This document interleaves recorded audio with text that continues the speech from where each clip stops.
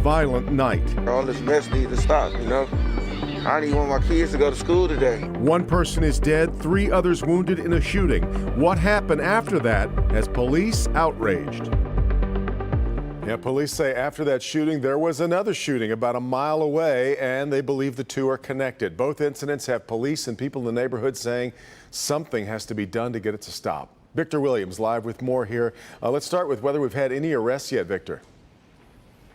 Well, Devin, unfortunately, no arrests have been made at this point in time, but police are working to find justice for all of the victims. It's sad, man.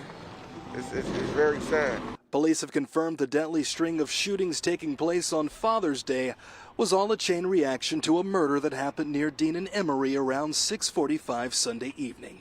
It was there a 21-year-old man was shot on his porch after a white or silver SUV pulled up and started firing shots.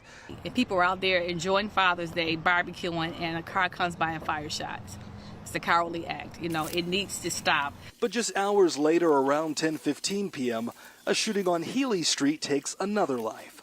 This time, 4 victims are shot, all in their 20s, with 1 man passing away. 2 victims were shot in the apartment complex nearby, the other 2 at Crane Park with Legacy Charter Academy right across the street. This father, who doesn't want his face shown, was with his daughter when everything took place. So I got kids over here. All this mess needs to stop, you know? I don't even want my kids to go to school today. These kids have to be at the park and people come around here shooting. I'm ready for my kids to move away from out here, you know? Not even 24 hours later, and it's a shame the elementary school students of Legacy Charter Academy are having their field day so close to something so tragic playing out. Every day, kids be at this park. I'm born and raised out here. Like, and it's so why? Just why? People just dying for nothing. And police are also saying that it was a miracle that no one else was hurt with all of the shell casings they retrieved from both scenes. Victor Williams, Local 4. Well, it sure sounds like it. All right, Victor.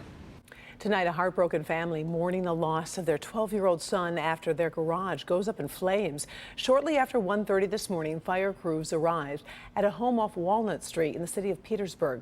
The fire department says the boy was trapped inside the garage but was unable to be saved. They say the 12-year-old died from his injuries while his older brother and dad suffered minor burns. The cause of the fire is unknown. Our other big story here at 5, a man pulls a gun on another man who was holding a baby. This video is chilling. This happened Sunday at Hubble and Tireman on the city's west side. Priya Mann live this evening. And Priya, you just got a significant update, I understand, from police. Yeah, that's right. DPD tweeting that they have a person of interest in custody. They also thanked the public for submitting tips. They've been asking for help identifying this man. You know, we showed that video to everyday Detroiters, and they were shocked by what was captured at this gas station. Oh my God, it's dangerous. It's out of order. Surveillance video of a man pointing a gun at a father holding a baby left people stunned. First of all, the baby being involved is one thing, to be able to do that with a conscience, and on top of that, just fake, like, I don't know, it's unreal. Detroit police say the incident happened around 6 p.m. Sunday evening at this Valero gas station at Hubble and Tireman on the city's west side. 7-month-old child. So, I mean, it was disturbing, especially as a father, just to see something like that on Father's Day. As the gunman walks up to the gas station, he reaches into the waistband of his pants. As soon as he opens the door, he points the gun and tries to fire. Fortunately, the gun didn't go off. There was a malfunction. He was able to divert that firearm away from him and then lock the door behind him. Police say the 2 men got into an argument a few blocks away. The gunman followed the man and his baby to the gas station. The father immediately rushed to protect himself and his little baby. That is gut instinct. Thank God he did what he could to block it. Thank God the gun didn't go off. But I mean, to even be targeted with your child in your hand, like the psychology of that, it's beyond. And thankfully that father and his 7-month-old baby are okay. Again, DPD tweeting just moments ago they do have a person of interest now in custody. They haven't yet been charged. We'll, of course, continue to follow this story. Reporting live, I'm Priya Mann, Local 4. All right. Thank you, Priya.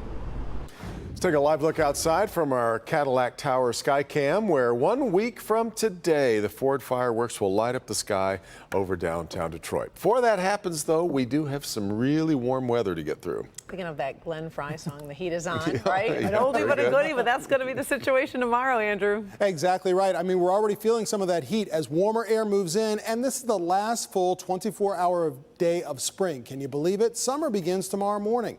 80 starting to move through the area. 80 now in Lapeer, the one cool spot. It's been that way for the past few hours. 69 in Sandusky, 72 in Port Huron. Can you pick out where the warm front is? That's right. It's between these areas of orange and these areas of green. Warm front's already moved through the city of Detroit. We've got 82 at City Airport. It's moved through Pontiac, 84 degrees there, and it remains in the 80s throughout much of southeast Michigan through this evening. Also remaining dry. I know we had showers earlier, but they have since moved on. 84 right now over at the airport with a wind out of the southwest, and that keeps us warm through this evening. Mild overnight with temperatures that fall into the 60s.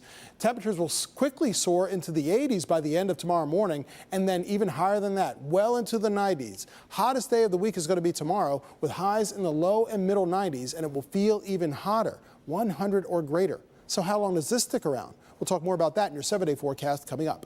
All right, thank you, Andrew. Following a steady rise in prices, the average cost of gas in Michigan is slightly dropping. Here at home, AAA says drivers are paying an average of $5.15 per gallon. That is down 6 cents compared to last week. In Metro Detroit, drivers are paying a few cents more at $5.26 per gallon. The national average price is back under $5 at $4.98 per gallon. Americans are headed back home following a weekend of travel headaches, with 2.5 million people traveling Friday alone. The new federal holiday, Juneteenth, coincided, of course, with Father's Day this year, sending record numbers of flyers to the nation's airports. The White House plans on announcing relief plans during the July 4th holiday weekend coming up. Bree Jackson has more from Washington. Bree.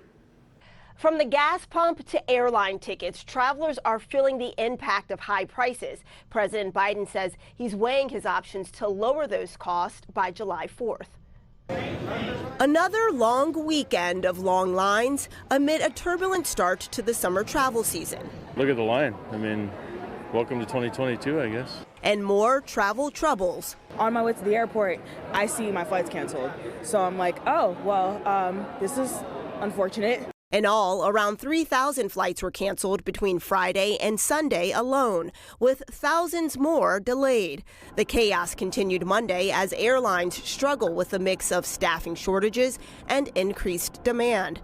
After similar disruptions Memorial Day weekend, the Biden administration grilled industry leaders, pushing to get ahead of problems before an even bigger travel holiday, July 4th weekend. At the end of the day, they've got to deliver. Passengers buy that ticket, expect to get to where they need to go.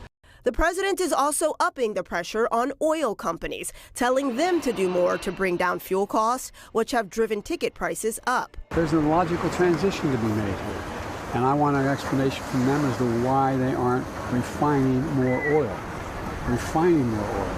President Biden says he's also considering a federal gas tax holiday to provide drivers some relief. We have a certain amount of money for gas that we spend every single week, and that's all we spend. And honestly, if we run out and we don't have any more gas money, we don't go places. With more people expected to hit the roads and airports as vacation season heats up, there's hope that travel goes more smoothly.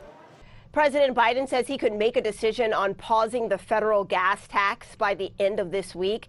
The effort to announce new measures comes ahead of a meeting between the Biden administration and oil executives scheduled for this Thursday.